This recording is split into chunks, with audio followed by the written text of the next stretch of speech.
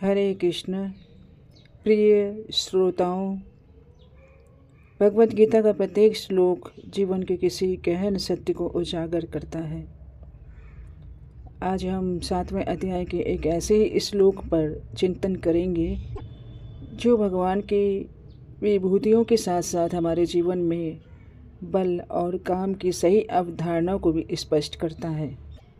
भगवान श्री कृष्ण कहते हैं, बलम बलवताम चाहम कामराग विवर्जितम धर्म विरुद्धो भूतेषु कामोस्मि भरत शर्व। भगवान श्री कृष्ण अपने भक्त और योद्धा अर्जुन को संबोधित करते हुए कहते हैं, हे भरत श्रेष्ठ, मैं बलवानों में वह बल हूँ जो कामना और आसक्ति से सर्वथा मुक्त है। समस्त प्राणियों में मैं वही काम हूँ जो धर्म के विरुद्ध नहीं है। यहाँ भगवान स्वयं को दो विपरीत आयामों में प्रस्तुत कर रहे हैं, बल और काम।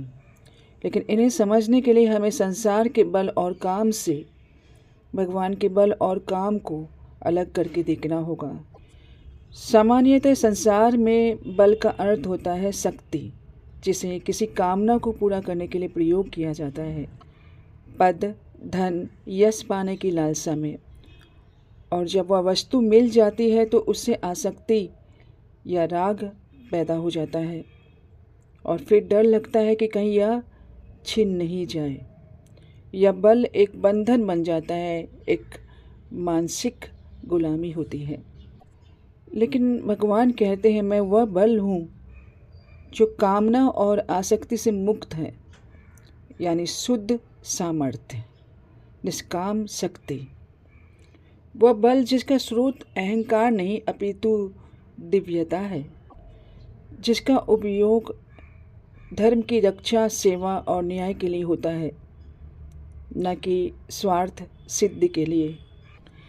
यह वही बल है जो महान ऋषियों, योगियों और सत्पुरुषों में दिखता है।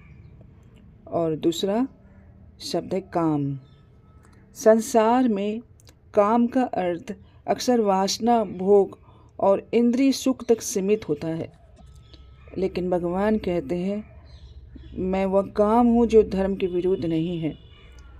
इसका गहरा अर्थ है, भगवान यहाँ वेद, पवित्र और कर्तव्यपूर्ण प्रजनन की ओर संकेत कर रहे हैं। वह काम जो केवल भोग के लिए नहीं बल्कि संतानोत्पत्ति के पवित्र उद्देश्य से किया जाता है। यह काम वासना नहीं, एक दिव्य व्यवस्था का अंग है। यह जीवन का सृजन है, न कि उसका भोग मात्र। और यहीं से हमें एक गहन सामाजिक और आध्यात्मिक संदेश मिलता है। यदि संतान के जन्म का आधार ही धर्म सम्मत है, तो फिर माता पिता का यह परम कर्तव्य बन जाता है कि इस संतान को केवल शारीरिक रूप से ही नहीं बल्कि आध्यात्मिक रूप से भी संपन्न बनाए, उसे कृष्ण भावना भावित बनाए, ईश्वर के प्रति प्रेम, सेवा और धर्म के मार्ग पर चलने वाला बनाए। यही इस वेद काम की सच्ची सार्थकता है। तो यह श्लोक हमें दो बातें सिखाता है।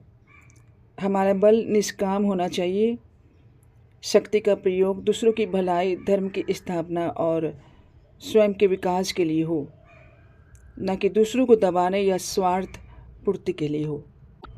और दूसरा, हमारा काम धर्म सम्मत होना चाहिए। जीवन के हर आनंद, हर मोह, हर इच्छा को धर्म के दायरे में रखकर ही पूरा किया जाना चाहिए। सार यह है कि भगवान हमें संयम और पवित्रता का मार्ग दिखा रहे हैं।